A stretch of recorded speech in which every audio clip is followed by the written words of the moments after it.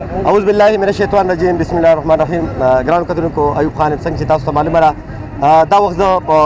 صوبایي اسمبلۍ مخې ته موجود یم چېرته چې تاسو کتلی شئ د دیر لیویس چې کوم ځوانان دي کوم چې په 2010 کې د هغو برتي شوي وه او هغه ځوانان کوم چې د سرحداتو حفاظت به یې کاوه که د چا چې قربانیانې دي نن هغه دویمه ورځ ده د صوبایي اسمبلۍ مخې ته تاسو کتلی شئ دغه د دیر لیویس چې کوم ځوانان دي د چا چې ډېر خدمات دي د دغه ملک دپاره د خپلې خاورې دپاره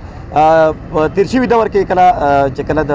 دهشتګردۍ دور و میلیټنسي وه په هغه وخت کې هم دغه د لیوي ځوانان تاسو کتلی شئ دوی خپلې قربانیانې ورکړې وې د دوی چې کوم کولیک و کوم ملګري وو هغه په هغې کې شهیدان شوي ومو خو نن څه موده څه 13 ورځه چې کومه فیصله شوې ده د دیر لیویس په باره کې کوم چې دغه د 180 پورې کم از کم کم اهلکار نو هغه جبري ریټایر شوي دي د دوی ته د دغې خبر معلومات هم نه خو د دوی د ریټایرمنټ چې کومه نوټیفیکیشن دی نو هغه شوی دی دویمه ورځ دغه خلک راغلي دي دلته دغه د لیوي ځوانان دلته ولاړ دي کوم چې محافظ دي د قوم خو نن دلته خوار دي غارمه دي د اوسه پورې حکومتي چارواکي دوی نه دي راغلي دي خو دوی خوار دي دلته ناست دي د شپې هم دلته د ورځې هم دلته وي د دوی نه پوښتنه کوو چې د دوی مطالبات څه دي دوی ته څه مشکلات دي دلته دا راته ووایي چې څه مطالبات لرئ تاسو اولنۍ مطالبه خو زموږ دا ده چې په دې ځای کې د پېښور کم ټیمې دی موږ ته د اوبو تکلیف دی زموږ نننۍ دویمه ورځ ده چې موږ ته د اوبو مشکلات دي بقایه زر عالم راځم د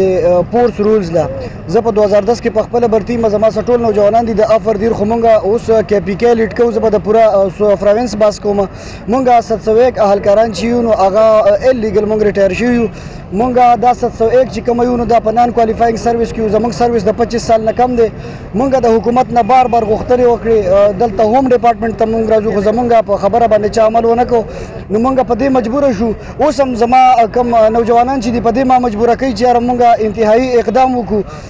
ځینې دا هم وایي چې یاره موږ روډ بلاک کوو څوک وایي چې یاره موږ په سیم هاوس باندې ورځو څوک وایي چې یاره موږ بنیګاره ته پیدل مارچ کوو خو دا به آینده لای عمل به زموږ کمیټي کوي فیصله ډیسیژن به هغو ورکوي خو زه د حکومت نه ګیلمن یم چې د اوسه پورې موږ ته هېڅ قسمه ډاډګیرنه رانه کړه نه زموږ څه مثبت رویه وساتله دلته موږ ته نه دي راغلي که دوی موږ له راشي او زموږ سره مذاکرات وکړي او زموږ د بحالۍ موږ ته یقین دهاني راکړي نو موږ به د دوی انتهایي مشکور یو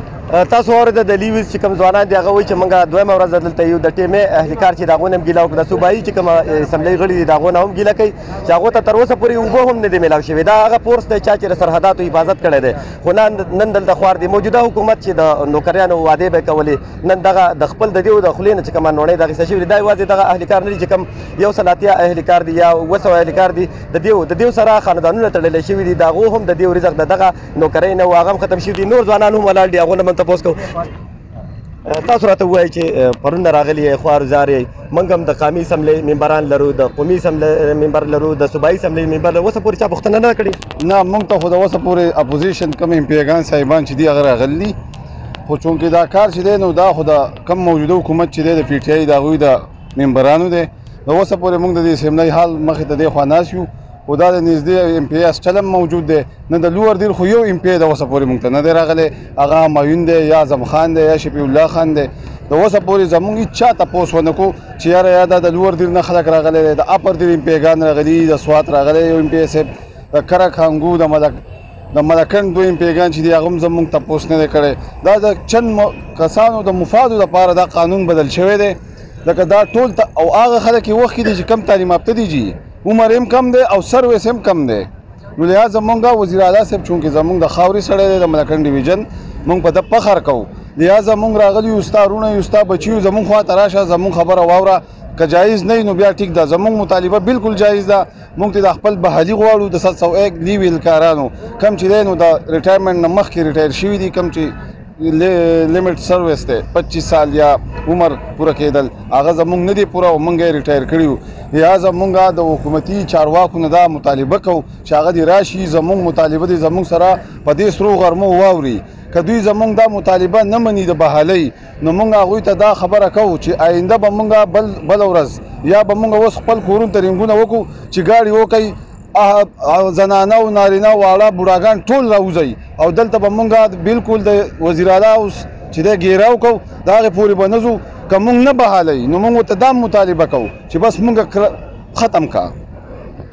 منګه اوریدلی و چې کله به په رول ریګولیشن کې کله څه ګستاخیانې به کېدې په هغې باندې موږ جبري ریټایر لیدلی و خو موږ په یو ځل باندې داسې 200 اهلکار ریټایرمنټ نه و لیدلی دا په اول ځل باندې په پاکستان کې لیدل کېږي تاسو څه ویل غواړئ بس موږ خلاصه دا ویل غواړو چې د صوبایي حکومت د طرف نه موږ ته هېڅ قسم له سره ریلیف میلاو نشته. زموږ دویمه ورځ د راغلي ویناس یو د نن 11 کاله مخکې نه شروع شوې ده. د اوسه پورې موږ خو صرف د ریپل چل یاد کړی دی چې پایر نو پایر په دې باندې پیږو. نور موږ ته څه روزګار کار کسب نه دی معلوم. موږ راغلي یو دلته موږ بکتر بند ګاډی وینو چې راغلی موږ ته ولاړ دی. پولیس هم راغلي د هغو سره د لاټي چارج دپاره لاټیانې ماټیانې ورسره دي. خو چونکې موږ په حیثیت د یو فورس پر امن احتجاج کوو ګڼي دا دومره ګران مشکل کار نه دی. فورس هغه دی فورس زم یم. آینده الله عمل به زموږ دی چې موږ به وځو موټر وی به بلاک کړو سی ایم هاوس باندې به ورځو. خوا که دې کې څه قسم خونریزي جوړه شوله د دې ذمهوار به صوبایي حکومت یې. تاسو راته دا ووایئ چې مخکې به څه لا عمل کوئ؟ دا خو تاسو دویمه ورځ روانه شوه. اسلام آباد ته پکې تګ شته ستاسو؟ بسم الله الرحمن الرحیم. انشاءالله اسلام آباد ته موږ ځو.